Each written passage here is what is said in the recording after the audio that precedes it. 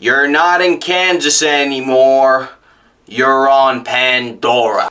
Today, y'all be heading in the deepest, darkest depths of Pandora, and we'll be witnessing a man named the Marvel Nerd 2016 talk about 3 Avatar movies where it involves blue aliens roaming around a blue little planet called Pandora.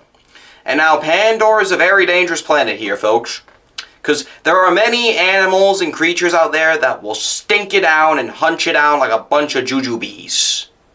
But before we head down the depths of Pandora, any questions? Yeah, I got a question actually. Yes, you? Have I been scammed or some shit? Because I thought this was supposed to be a application for Five Guys, isn't it? Where in Sam hell did you hear this? Do we look like a Five Guys to you?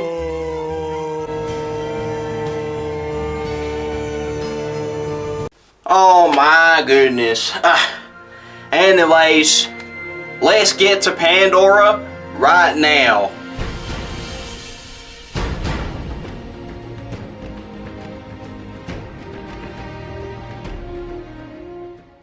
What?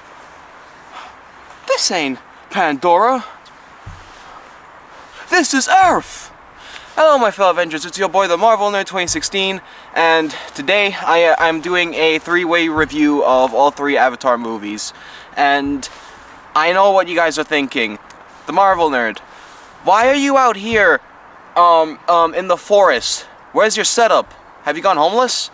No, I am not homeless. I decided to copy Avatar Guy's review of Avatar Fire and Ash, but that guy only reviewed Fire and Ash. This time, we're reviewing all 3 movies right here, and yeah, let's just hope that I don't get mugged.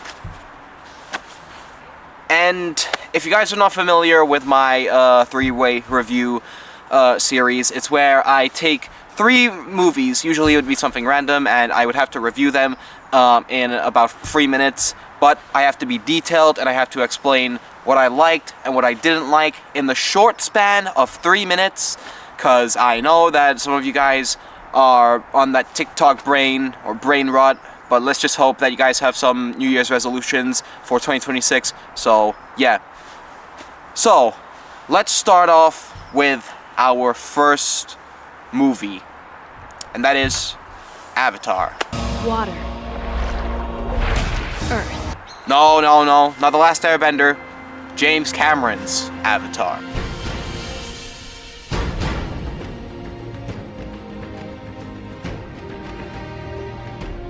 When Avatar 1 came out, at the time I was a small tiny baby back in 2009, so I didn't get to catch Avatar 1 in cinemas, and for a long time I didn't watch Avatar 1 because of how quote-unquote ugly the Na'vi looked in the movie, but I'm just gonna say, Avatar 1 is not really my favorite one out of the trilogy. Don't get me wrong, this is a good starter to the franchise and establishing the whole world of Pandora and introducing characters like Jake Sully, played by Sam Worthington, and Neytiri, played by Zoe Saldana.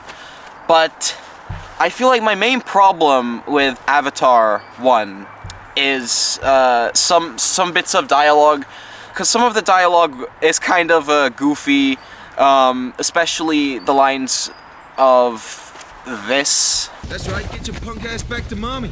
And some of the lines from Quaritch, played by Stephen Lang. But overall, visually, and I'm gonna say this with every movie, but visually, Avatar 1 is spectacular for its time, especially being, I don't know, like 16 years old, and the movie still holds up. Some of the performances were really impressive, especially from Zoe Saldana.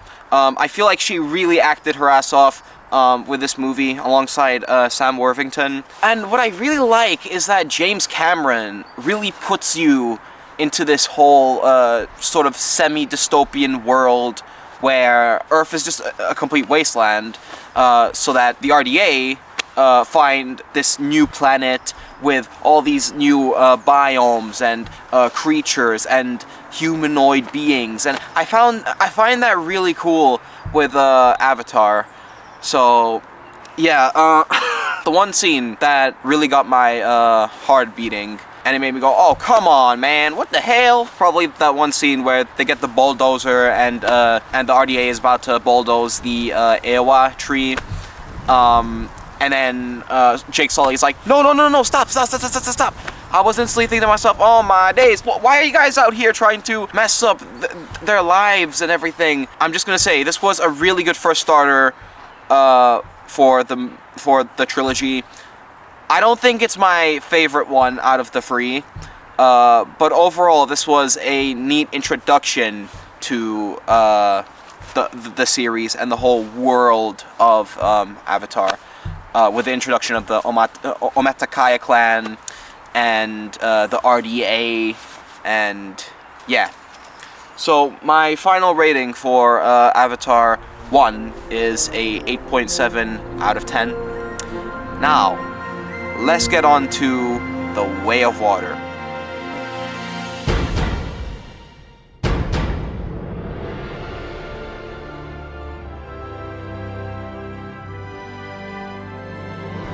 Now, we're finally talking about my favorite movie of the franchise, or of the trilogy.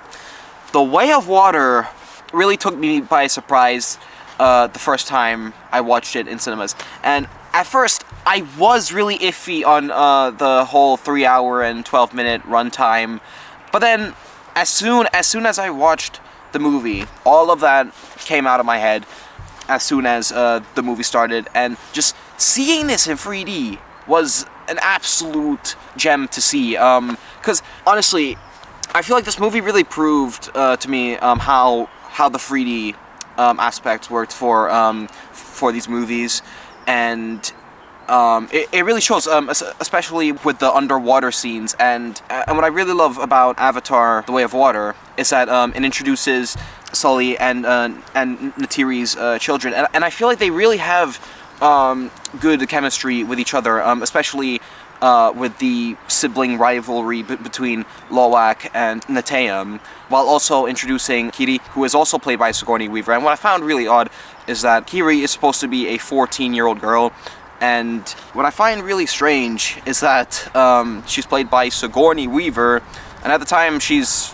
in her, I don't know, 60s or 70s. Speaking of Kiri, what I found really confusing is where she came from. Now, the third movie does go in deeper on where she comes from specifically and how she was born, but at the same time, I feel like the second movie did sort of establish it a bit, where she was born from Grace's avatar, and somehow she was pregnant with Kiri, and then, yeah.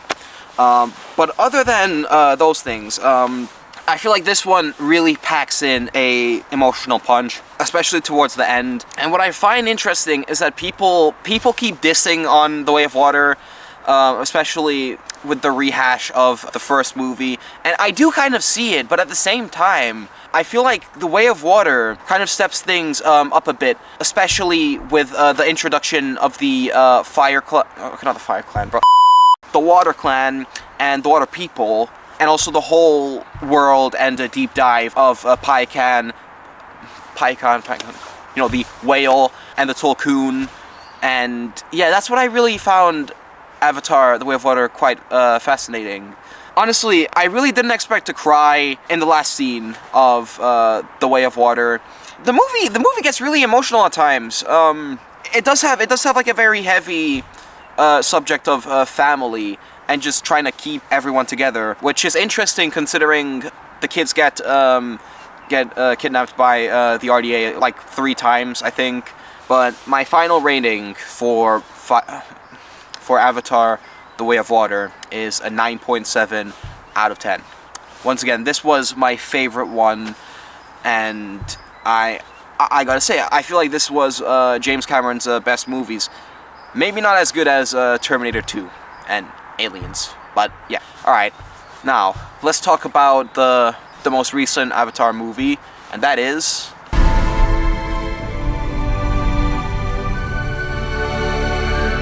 Now, with Avatar Fire and Ash, I feel like this one was kind of the weakest one out of the three.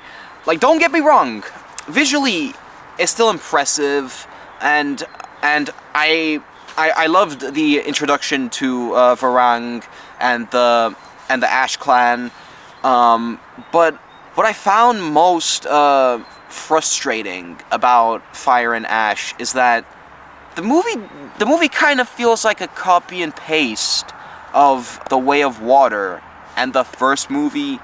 And hell, there was this one scene where it introduces these squids, and I remember there was this scene where Loak was being attacked by the squids, and then he gets stuck in this reef cave thing underwater, and then he almost drowns, and then the water girl saves him. And I just thought, okay, isn't this just a copy and paste of the shark attack scene in The Way of Water? So yeah, I found that odd. And what I also found really odd is that they kind of retread the whole side plot of The Way of Water, and how Payakan was a outcast, and how Loak is also an outcast. But this time, he's even more of an outcast, considering Neteyam died in the previous movie. I wish that they could have trimmed this part down a bit. Like, I understand that they wanted to show how Loak was trying to grieve the death of his brother, and hell, the whole opening scene where it was him narrating of establishing the tone. And now, speaking of tone, I found Varang to be quite terrifying at times, and I really liked how with this one we got to dive in to the dark side of the Na'vi, and how this time these Na'vi don't believe in Eowa, and all they believe in is just rage and fire, or should I say fire and ash. But yeah, Una Chaplin plays Varang very well in this movie, and dude, that one scene where Quaritch tries to go to the Ashland where Varang and her Ash clan lives, and then she drugs Quaritch, and this part did kind of make me feel dizzy, especially in 3D, because Jesus Christ, my eyes were feeling very weird during that part of the movie. And fun fact, originally, Avatar Fire and Ash was originally supposed to be called Avatar the Seed Bearer, and I feel like they should have kept that title instead of Fire and Ash, because I feel like this dived more into the rebirth or reanimating a human being who can't breathe in Pandora. But overall, I feel like Avatar Fire and Ash is okay. I forgot what my rating was on Letterboxd, but I think it was a 7, like a 7 out of 10, personally. And once again, experience-wise, watching Avatar Fire and Ash in cinemas was really cool to watch them, especially with the 3D. But at the same time, I feel like writing-wise, the movie could have been better. And now I know that James Cameron did stated that originally Avatar: The Way of Water and Avatar Fire and Ash were supposed to be one big movie, but then they split it into 2 movies, similar to Dune Part 1 and Dune Part 2. But at the same time, with the Dune movies, what Denis Villeneuve succeeds on with the Dune movies is that he makes them different and steps up the story that was left behind from Part 1. While in Fire and Ash, I do kind of feel like that they did step up a few things, but at the same time, it did kind of feel like that they were retreading the second movie. So, yeah. Okay, now, on to the podium.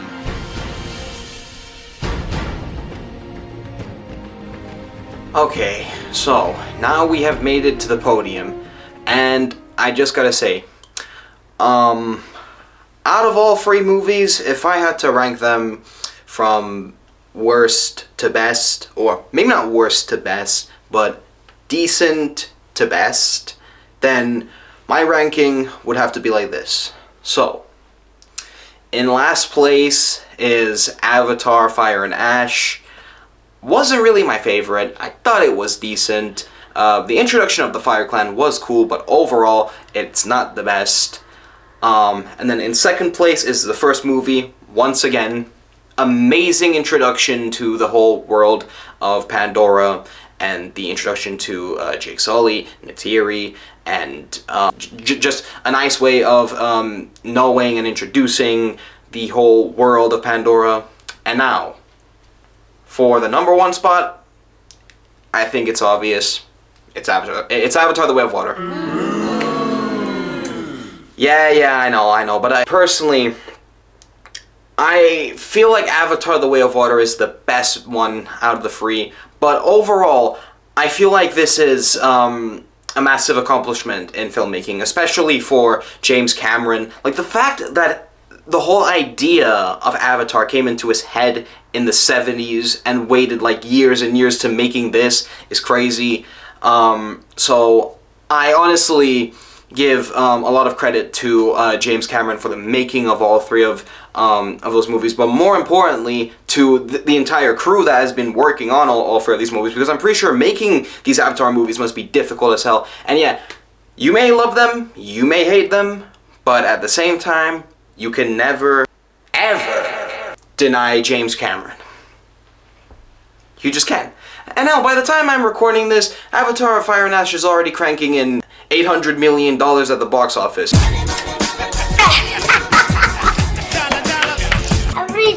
So, yeah.